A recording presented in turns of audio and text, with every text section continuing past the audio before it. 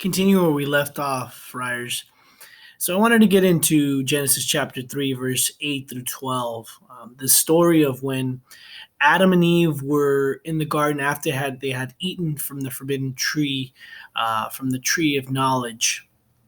And if you remember there, that God starts calling out for Adam, and he's like, "Where are you?" And Adam's like, "I'm right here." And he's like, "Well, why are you hiding?" Oh, he's like, "Well, I'm naked." God's like, who told you you're naked? You've been naked, buddy. Hello.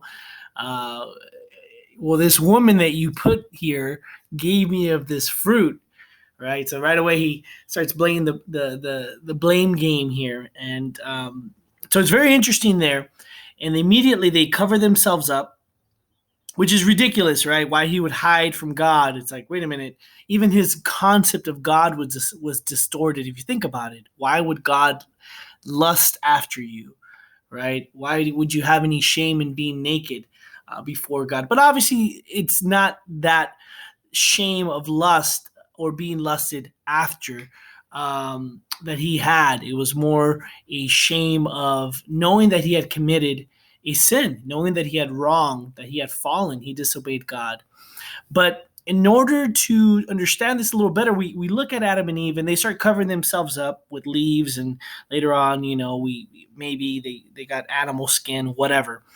But one of the things I want to talk about is how is it that these two individuals who loved each other, who knew they were created for each other, they had a genuine love for each other, they were husband and wife, now were covering and hiding from each other.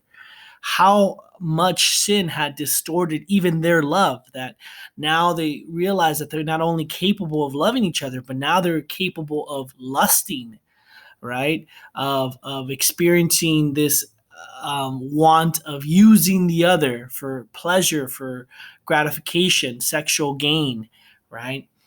And I wanted to make the distinction between that and the other types of shame. The other shame is being ashamed of your body. That's very different. Being ashamed of your body is because you're insecure. It comes from being insecure, growing up, being made of, fun of, whatever it may come from, wherever it may come from. Being ashamed of your body is a very totally different thing here. That we're not talking about. This is a more psychological disposition that people struggle with. Even people who are beautiful people are sometimes ashamed of themselves, of their bodies.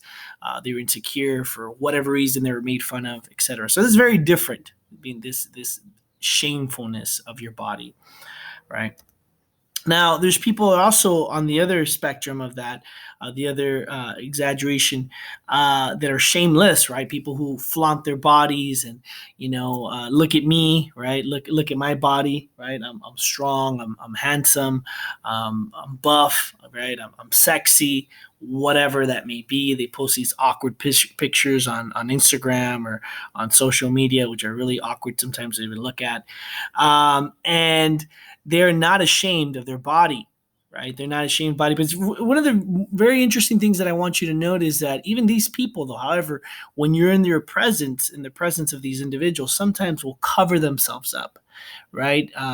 You ask yourself, why? Why would they cover themselves up, even though they chose to wear that clothing that would highlight their body in such a way, right, that they would be, flaunting their body, but then out of nowhere they just cover themselves up. Well, why? Because the human condition will catch up to them and kick in, and suddenly they will begin to feel threatened by someone. Usually a woman feeling threatened by a man, and threatening which way, that he's going to do something to her. No, it's just she doesn't want that guy to, experience lust for her, right? Even though she, in a sense, is indirectly provoking it, she doesn't want it, right? And she feels threatened by that.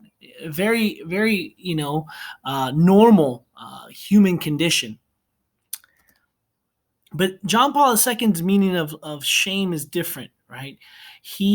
John Paul II talks about shame in the sense that it's the tendency to conceal one's sexual value, right? So in order for someone to see our true dignity, to see our personal value from within, right, we cover our bodies up so that someone could respect us, right?